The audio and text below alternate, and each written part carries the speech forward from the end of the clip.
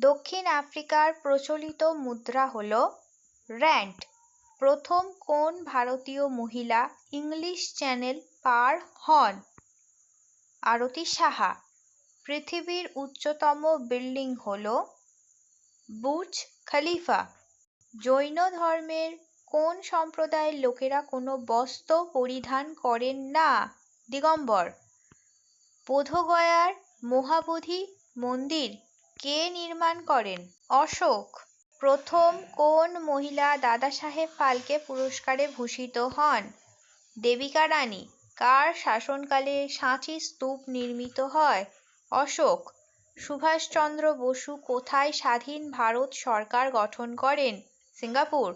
চৌহান বংশের শাসনকালে দুটি প্রধান শহর হল দিল্লি এবং মেবার।